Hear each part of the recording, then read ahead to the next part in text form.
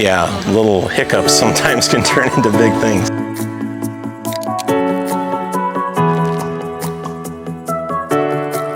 Hi, I'm Steve Strasheim. I'm the owner of Twisted River Farm right here in Mitchell, Iowa. We're a 5-acre diverse produce farm, and we've been in business since 2014. We distribute our produce all around North Iowa to grocery stores, restaurants, farmers markets, and our on-farm store and our CSA delivery program.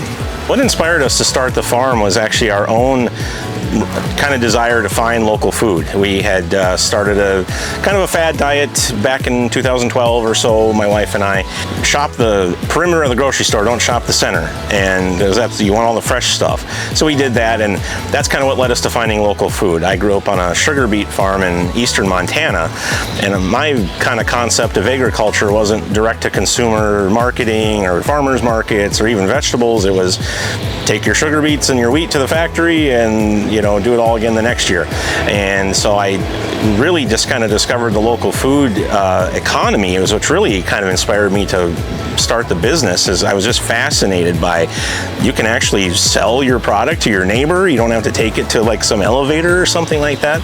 And so I just really got fascinated with the whole model of like local food, and then just through our own trying to find and source our own for our own use. Back in that era around North Iowa, there wasn't as much available, so it was kind of a slow progression until we kind of present day where we're at 5 acres. We started very small and just kind of kept growing as the market drug us into getting bigger every year. And so that was the genesis and the inspiration behind Twisted River, and today our mission is to service our community and our customers as best as we can, and try and make our community a little bit better place to live. Our practices are based around, we err on the side of not spraying anything.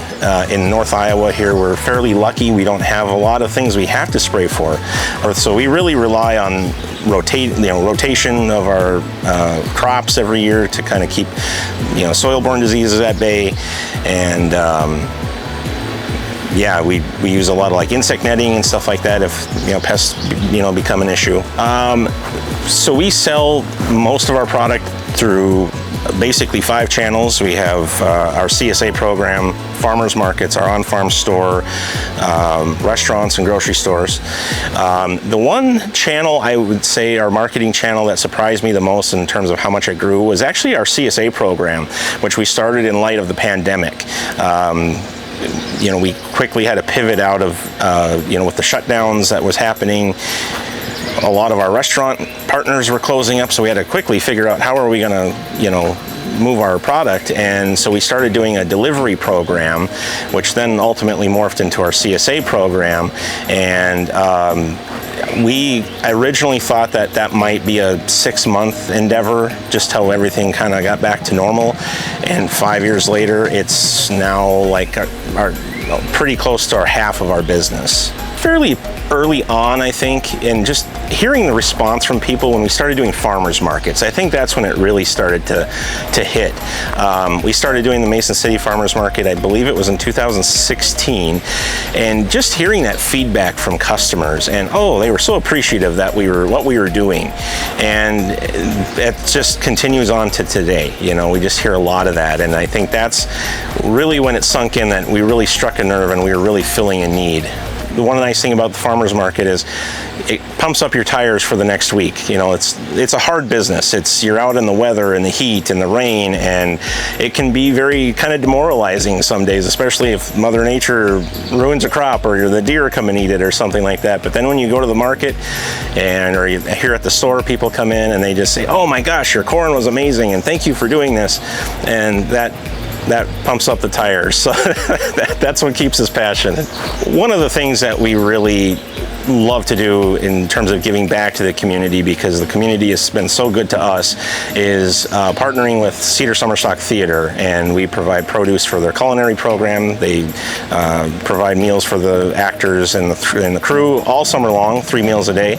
And one of the ways that we enhanced that relationship starting last year was the farm to table dinner that we called Harvesting Harmony, and because there's a synergy there between the arts community and food, and so we're happy to support them and their cause, because they do such a great thing for the community as well.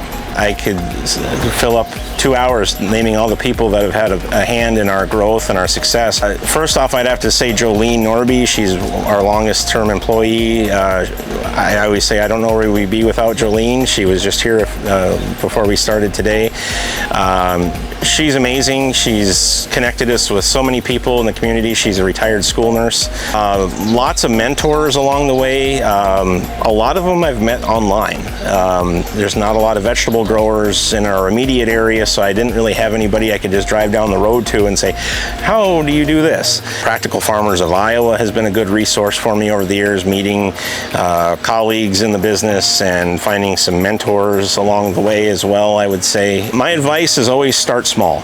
Find your tribe, find your niche, see what people are looking for. Let the market in general kind of drag you into getting bigger, as I always say, than pushing it to accept you.